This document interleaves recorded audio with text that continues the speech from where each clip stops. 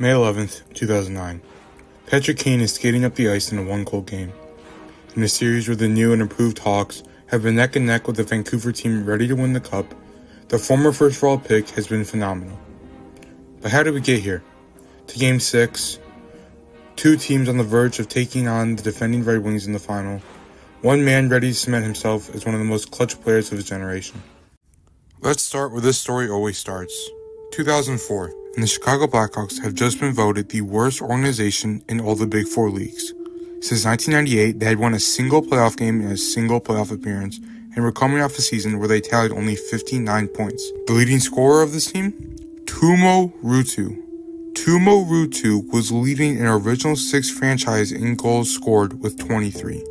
That's how far the Blackhawks had fallen as an organization. But you know what they say. When you hit rock bottom, there's nowhere to go but up. Chicago had embarked on a long rebuild, but the pieces were finally being put in place. Players like Duncan Keith, Brent Seabrook, and Dustin Byfuglien were taken. And in 2006 and 2007, the Blackhawks' fortunes would change forever. In back-to-back years, Chicago was able to hit two grand slams in the draft, one of them being Jonathan Toews. The future Blackhawks captain, Jonathan Toews, was drafted out of North Dakota, 3rd overall in the 2006 draft. And after spending a year back in North Dakota honing his skills, he was in Chicago leading them through the playoffs. The other, the subject of the video, a 5'10" kid from Buffalo, New York, by way of the London Knights. You might have heard of him. He's considered the greatest American-born player ever. First time ever the Chicago Blackhawks have had the first pick, and we proudly select from the London Knights, the Ontario Hockey League, Patrick Kane.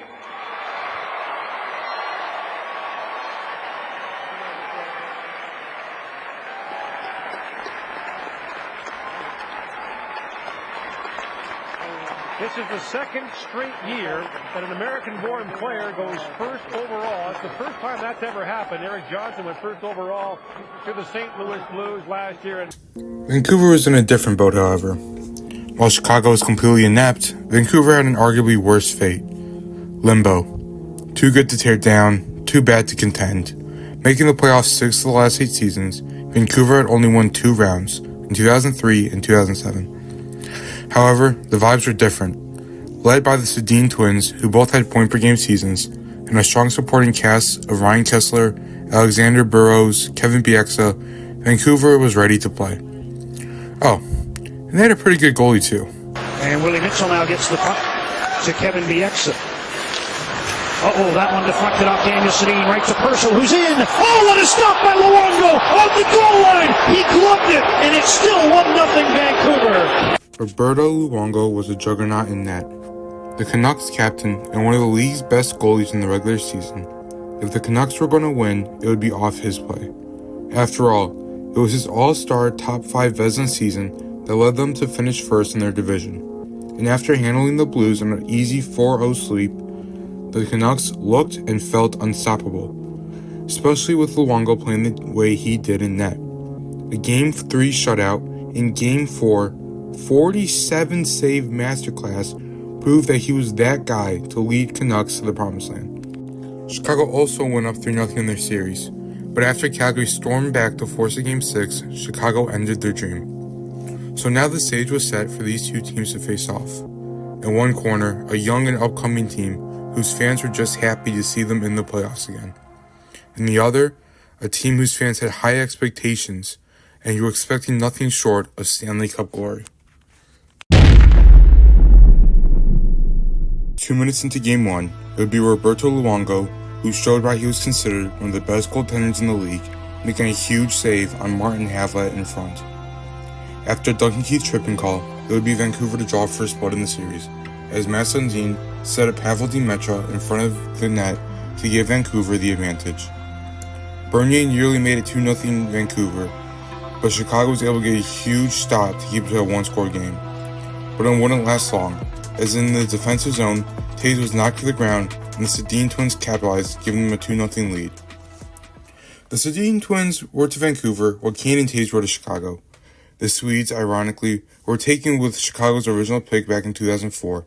Now in their primes, the twins were one of the most dominant duos in the league. Back to the game, it was the same slugfest, with two teams that hated each other dating back to the 90s.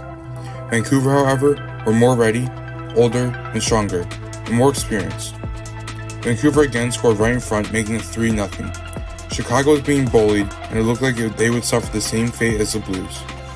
Cue Patrick Kane. After Duncan Keith would throw a puck on net during a breakout, Kane would find it in Havlat's gate to cut the deficit to 2.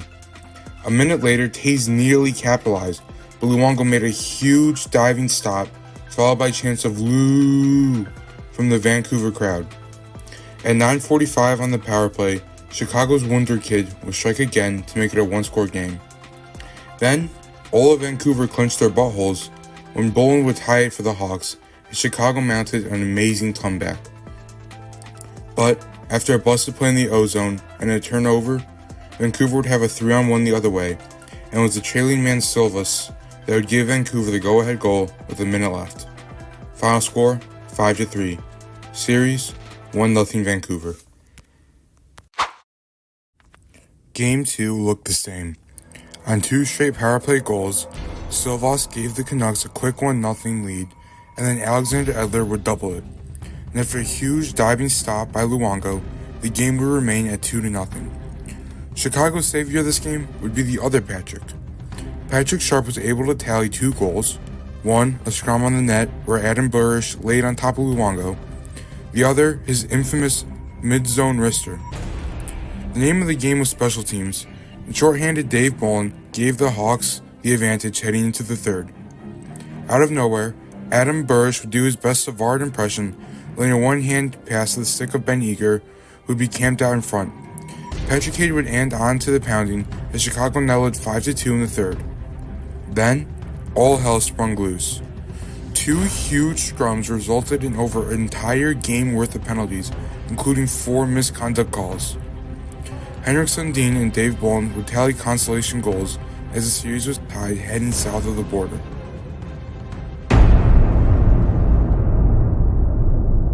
Game 3.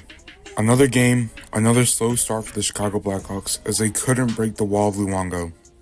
Vancouver showed up early with their signature brand of physical play as another offensive zone hit nearly led to another goal in the series if it weren't for the heroics of Cabby Bublin. Luongo also made incredible stops, including one on the power play that would have given Chicago the advantage. Vancouver, however, would capitalize off a mishandling by Bublin behind his net as Raymond would put the Canucks on the board.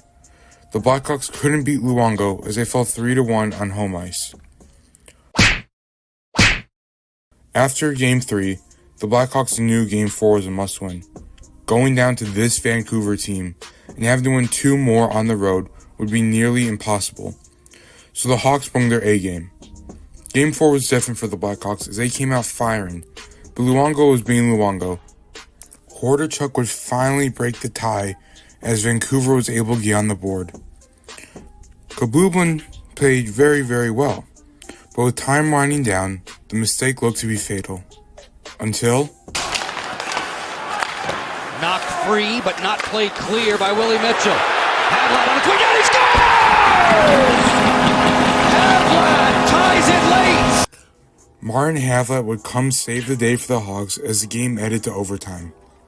And with 17:36 remaining, Cabby Bublin would come up huge for Chicago, and as the puck went the other way, Luongo came up big for Vancouver.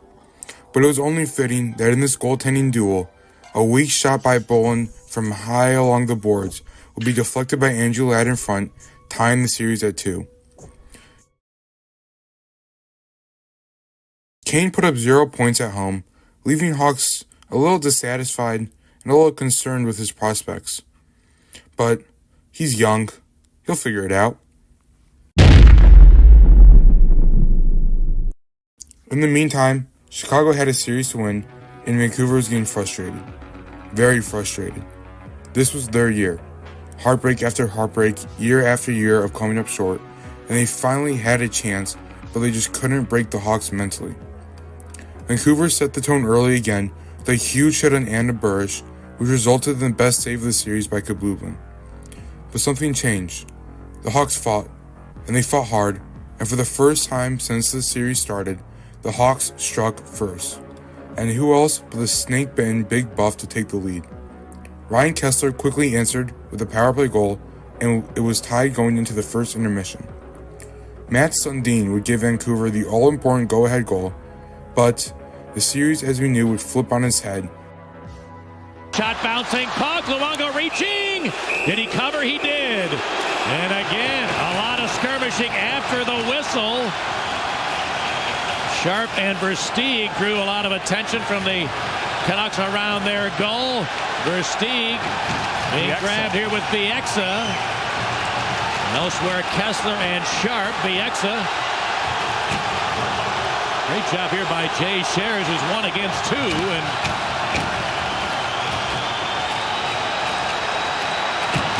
you can tell the snarl has increased. Now O'Brien and Bufflin have tried to separate themselves from the rest of the pack. Referee LaRue has come to get between them. They got O'Brien and Walker now. And O'Brien and Walker getting close, and a short right hand from O'Brien. Now Walker takes the gloves off. Walker and O'Brien in a close range tussle.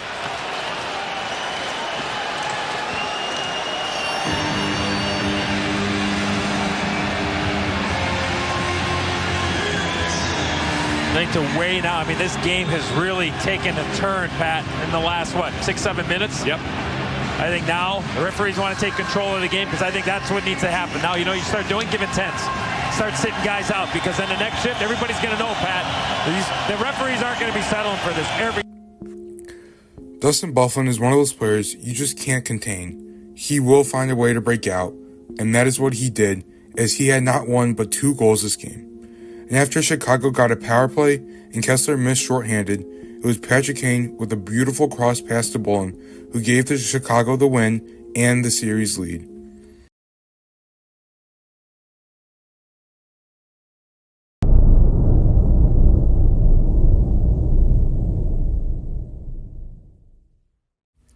May 11th, 2009.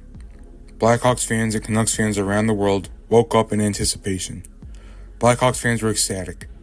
At home, they had a chance to win and to make it to the Western Conference Finals, a place the team hadn't gone since the infamous 1992 run. Vancouver was shocked.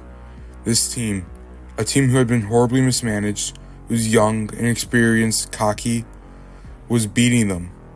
And this was their year. This was their time to shine.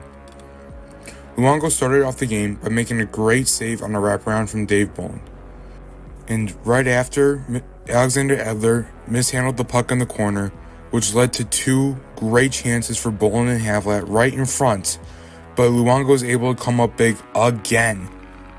And after Sundin carried the puck over the blue line, he was able to get it across to Raymond, who made a nifty dangle and beat Kevin Bublin far side to make it 1-0 Canucks. But exactly 2 minutes later, it was Chicago's star boy himself carrying it over the blue line, and after just squeaking past a hit, Kane slotted it home away to even the score, his first point at home all series. On the penalty kill, Vancouver nearly retook the lead, and after Seabrook laid a massive hit on Daniel Sedin, the teams went to the locker room deadlocked. The game looked to be a goaltending duel, until it wasn't. After his Vancouver strong start to the period of the penalty kill, Seabrook would still find Versteeg, who put home a shot where Mama hides the cookies to make it 2-1 Hawks. And after taking the lead, Keith went for the kill, but Luongo made a superhuman stop to keep it a 1-score game. Vancouver's frustration would come to bite them, as on the power play, it was the other young superstar for the Blackhawks to shovel one home. But Vancouver had experience and resilience and was able to storm back. 2 minutes later, Daniel Sedin put a shot on net, which went bar and out. With 5 minutes to go, Sharp was hit hard by Hordichuk in the defensive zone along the boards, which let Vancouver keep it in, and O'Brien put it away to once again tie the game heading into the final frame of hockey. And to start the period, it was Matt Sundin to give the Canucks the lead. Let's talk about Sundin for a second. The greatest Maple Leaf ever. A constant 30-goal threat in an era goals weren't easy to come by. And if it wasn't for a stacked Eastern Conference, he might have a cup and not be playing tonight. But he doesn't have a cup, and he is playing. and he knows the only way he's getting the cup is now with this Vancouver team. Confirmed or not, everyone knows this is it for the Swedish legend, so he had one chance, and he took it. After Sundin's goal, Chicago played harder and more aggressive. Patrick Sharp was able to cause a defensive zone turnover and drive the net, but Luongo's great hand-eye coordination was able to poke it away. Unfortunately for Luongo, Adam Burris was waiting right behind the play, and the puck landed right on his stick, and he was able to put it home. This game was back and forth. If Chicago scored, Vancouver would answer. If Luongo would make an otherworldly stop, Cabby Bublin would follow suit. With 9 minutes left, Cabby Bublin saved the Hawks again as the puck bounced in the blue paint twice before being cleared away. With their backs against the wall, it was the Swedish supervillain Daniel Sedin who was able to get his shot past Cabby Bublin to regain the advantage for the Canucks. Chicago is down and out. In a game they had played so well, it looked over now, unless someone could step up, if someone can prove themselves to be the star the team needs. Troy Brouwer holds the puck in, bounced on Mitchell, a wraparound, Kane scores! Of course it was Patrick Kane. It was always going to be Patrick Kane. A goal that no one else should have scored, that could have scored. It was Chicago's young superstar who was able to tie the game. Roberto Luongo was shaken. The confidence that made Luongo, gone. And after Jonathan Tace threw a net front pass that took an odd bounce and went past Luongo, Chicago had the lead. But throughout this period, throughout this game, throughout the entire series, these two teams knew that being up by one was more dangerous than being down by one. The game was far from over. Vancouver pushed and pushed and pushed. Chicago's chances to ice the game were few and far between. One player had to step up, had to be a killer, had to have ice in his veins. And as the puck was cleared out, Patrick Kane picked it up along the end boards. Welcome to a moment in history. The birth of Showtime. To center. Here's Kane with Taves. Kane, backhand shot, he scores!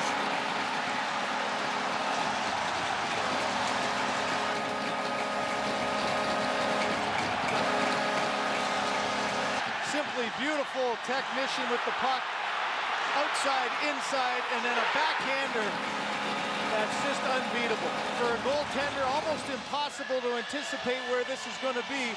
Watch how he keeps his feet moving initially, then moves it laterally, and an absolute rocket. While this was a feel-good moment for Chicago, they would fall to the Red Wings in the Western Conference Finals that year. But what happened next is seen as the most dominant run of hockey in the salary cap era. Welcome to Dynasty Road.